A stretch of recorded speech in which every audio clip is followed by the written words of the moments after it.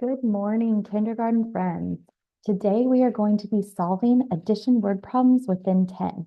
But first, I want to show you a picture, and then I want you to pause the video and tell the grown-up some of the things that you notice about this picture.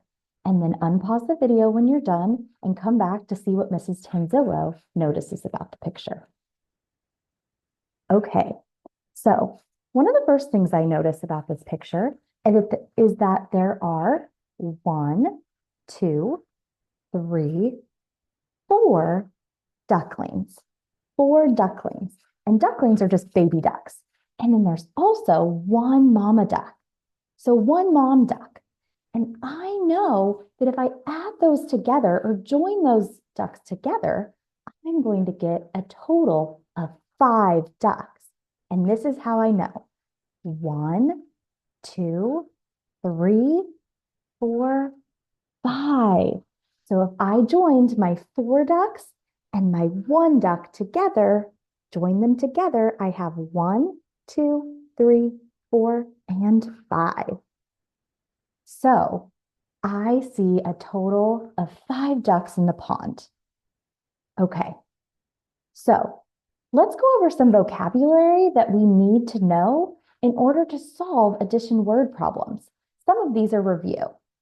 So addition just means to join together. So remember, if we have one set of something and another set, if we join those together, we're adding them together. We're joining them together. And then an addition sentence looks something like this. 4 plus 1 equals 5. So you have your first addend, which is 4, your plus sign that looks like a T, 1 is your other addend, your equal sign, and then your sum. Remember, the sum is the answer to an addition problem. And you read it like this. 4 plus 1 equals 5. Okay, so what is a word problem? A word problem is just a math story. So if we looked at our picture of our ducklings and our mama duck, we could make up a story about this picture. So the story Mrs. Tanzillo came up with is one duck goes for a swim, four of her ducklings follow her. How many ducks are there in all? And I highlighted the most important information from my word problem. So I know that there's one duck, the mama duck, and then four of her ducklings. And then in all, that means that we need to add those numbers together. 1 and 4, we need to add together to find out how many ducks there are in all.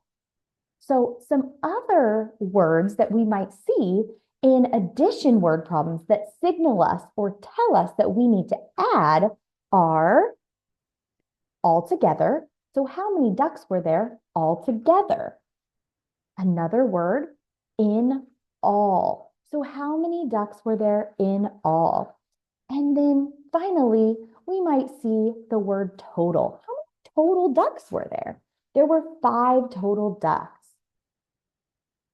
Okay, so we are going to go ahead and jump right into some examples of solving some addition word problems.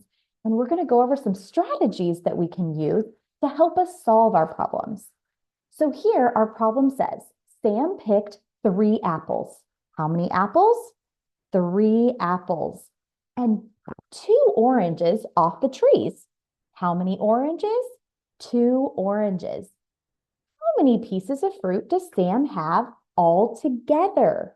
So if he picked 3 apples and 2 oranges, how much fruit does he have all together? We need to join those numbers together. We need to add them. So we could always use our fingers, right? 3 and 2 and add those together. We could also use manipulatives. We could use our linking cubes. So here, Mrs. Tanzillo is going to go to my virtual linking cubes. You can use any color. I'm going to choose to do 3 red cubes for my apples. 1, 2, and 3. And Sam also picked 2 oranges. So I'm going to use orange, 1 and 2. So now I have my 3 apples and my 2 oranges, and I'm going to join those sets together or add them together. So now let's see how many we have all together or in all. So let's count.